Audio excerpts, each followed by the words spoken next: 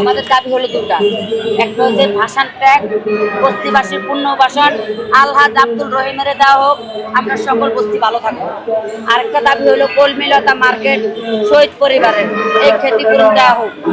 ওনারা আজকে আমাদের 5 জনকে ডাইকা নিচ্ছে, 5 জনের সাথে ডাইকা ওনারা আঁকা বাঁকা রাস্তায় যায়, কিন্তু আমরা ওইভাবে যাব না। আমরা এখন মারবো নাকি মরবো, দায়িত্ব পাই। আমরা সকল বস্তিবাসী ভালো থাকবো। আরেকটা দাবি হলো বাসান কলমিলতা মার্কেট শহীদ পরিবারের ক্ষতিপূরণ দেওয়া হোক। 73 বছর ধরে আটকে রাখছে। 5 আগস্টের পরে হাইকোর্ট থেকে রায় আসছে যে শহীদ পরিবারের ক্ষতিপূরণ দেওয়া হোক। আরে ভাই, এখানেও 7 মাস চলে গেছে, এরা কোনো কানের মাছিও লড়ে নাই। এখানে শহীদ পরিবার যদি এই ক্ষতিপূরণ পায়, আমরা বস্তিবাসী সবাই ভালো থাকবো। আমাদের এই যে এখন যারা উপদেষ্টা যারা পয়সা রয়েছে, তারা একজনে এসে জিজ্ঞাসা করেন আপনাদের সমস্যাগুলো কোথায়।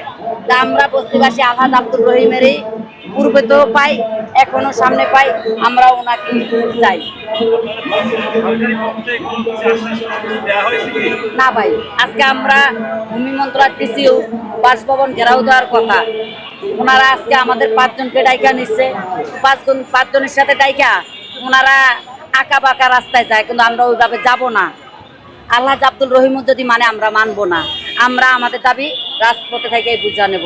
এখন আমাদের যদি কেউ সামনে বাধা দেয়, পুলিশ ভাইরাও, আমরা বাধা মানবো না। আমরা এখন মারবো নাকি মরবো। তো আজকে আমরা শহীদ মিনার যাবো। শহীদ মিনার আমাদের দাবি হলো দুটা। একটা হচ্ছে ভাষণ ট্যাগ, বস্তিবাসীর পুনর্বাসন আলহাজ আব্দুল রহিমের দেওয়া হোক, আমরা সকল বস্তি ভালো থাকবো। আরেকটা দাবি হলো কলমিলতা মার্কেট শহীদ পরিবারের এই ক্ষতিপূরণ দেওয়া হোক। হাইকোর্টের থেকে রায় আসা যে 2 মাসের ভিতরে শহীদ পরিবারের ক্ষতিপূরণ দিচ্ছে না ভাই, 7 মাস হয়ে গেছে।